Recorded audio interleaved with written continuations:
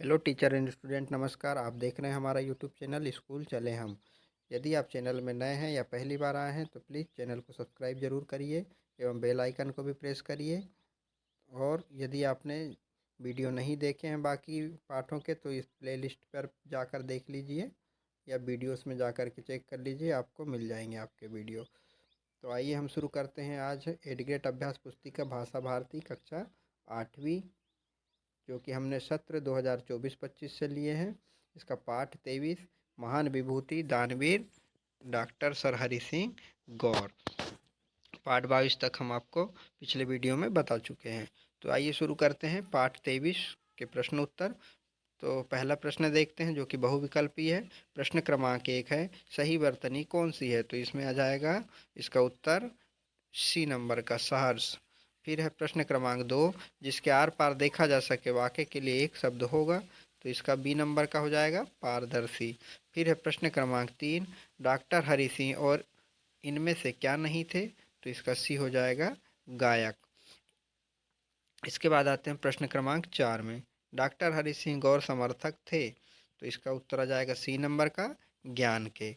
और प्रश्न क्रमांक 5 है, अधिवक्ता शब्द का प्रयोग किसके लिए किया जाता है? तो वकील के लिए किया जाता है, जो कि डी नंबर का है। तो ये हो गए आपके प्रश्न क्रमांक 1 से 5 तक उत्तर। अब आते हैं हम रिक्त स्थानों की पूर्ति कीजिए।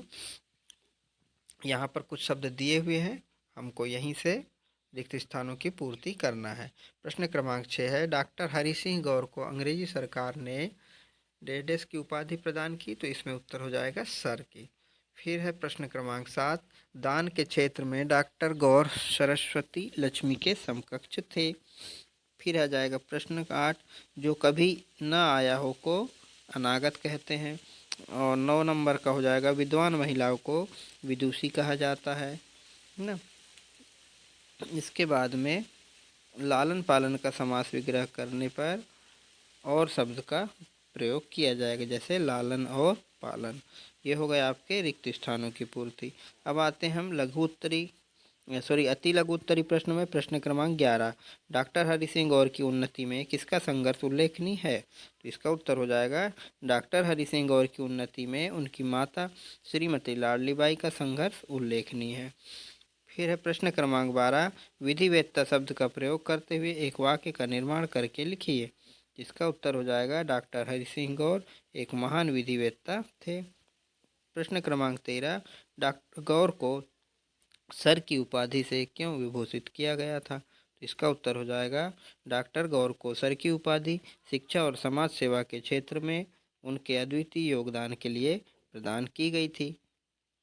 प्रश्न क्रमांक 14 है, अधिवक्ता के रूप में डॉक्टर हरि सिंह गौर की प्रसिद्धि का क्या कारण था? तो इसका उत्तर हो जाएगा डॉक्टर हरि सिंह गौर की प्रसिद्धि उनके अपूर्व बुद्धि, तर्क शक्ति और न्यायालय में उनकी अद्वितीय प्रस्तुति शैली के कारण थी। फिर आते हैं लघु उत्तरी प्रश्न में। प्रश्न क्रमांक 15 है, डॉक्टर हरि सिंह गौर ने सागर विश्वविद्यालय की स्थापना क्यों की थी? तो इसका उत्तर हो जाएगा डॉक्टर हरि सिंह गौर ने सागर विश्वविद्यालय की स्थापना शिक्षा और विकास से वंचित इस क्षेत्र को शिक्षा के माध्यम से उन्नति के मार्ग पर ले जाने के उद्देश्य से की थी। ये तो हो गए आपके 15 तक के उत्तर। अब आपको बताते हैं प्रश्न क्रमांक 16 का उत्तर।